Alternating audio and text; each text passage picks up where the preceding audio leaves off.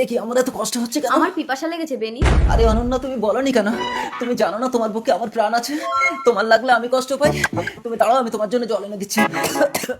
আর তখনই এক শয়তান পাখি ঋষি পঙ্খিরাজের নজর পড়লো অনন্যার দিকে।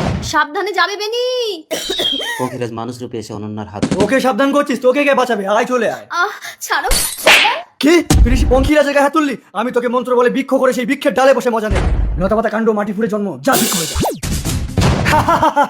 এবার তুই সারা জীবন এখানে আমার বৃক্ষ হয়ে থাক। বেনি আমাকে বাঁচাও বেনি। আরে ও দাদা, আপনি এত কাছের, আপনার হাতে জল আছে, আপনি তো জলটা খেতে পারেন। না দাদা, আমার স্ত্রীর বুকে আমার প্রাণ আছে। আমার স্ত্রীর পিপাসা লেগেছে। আমার স্ত্রী যদি এই জলটা খায় তবেই আমার পিপাসা মিটবে। আশ্চর্য।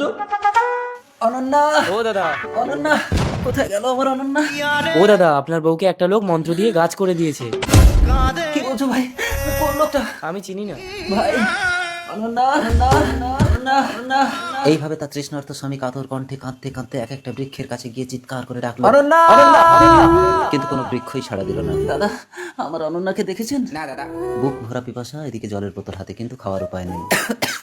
অনন্যা, এই যে রোমিও, তোর অনন্যাকে আমি এই উদ্যানের বৃক্ষ করে দিয়েছি। তুই যদি একবারে চিনে সেই গাছটাকে স্পর্শ করতে পারিস তবেই সে মানুষ হবে। আর যদি ভুল গাছে স্পর্শ করিস তুই তৎক্ষণাৎ মারা যাবি, আর তোর স্ত্রী কখনো মানুষ রূপ ফিরে পাবে না। এ তো মহা মুশকিল। এই উদ্যানে এত গাছ আছে, আমি কোন গাছটাকে স্পর্শ করব? এই তো এই গাছটার পাতার রং নীল, আর আমার স্ত্রীর গায়েও নীল পোশাক ছিল। আমি যদি ভুল গাছে স্পর্শ করি তাহলে আমি মারা যাব, আর আমার স্ত্রী কোনো দিন মানুষ রূপ ফিরে পাবে না। না, না, এখানে একই রকম তিনটে গাছ আছে, কিন্তু আমার স্ত্রী সব মেয়েদের থেকে লম্বায় ছোট। তার মানে আমি এই ছোট গাছটাকে স্পর্শ করি। হে ঋষি পঙ্খিরাজ, তুমি আমাকে রক্ষা করো। অনন্যা, বেনি অনন্যা, এই উদ্যানের এক একটা গাছের কাছে গিয়ে তোমাকে তন্ন তন্ন করে খুঁজেছি। পিপাসায় আমার বুকটা ফেটে যাচ্ছে, তাড়াতাড়ি জলটা খাও অনন্যা। এতক্ষণে পিপাসা মিটলো। ধন্যবাদ ঋষি পঙ্খিরাজ। এতক্ষণ দেখছিলেন একজনের বুকে অন্যজনের প্রাণ। কেমন লাগলো বলুন?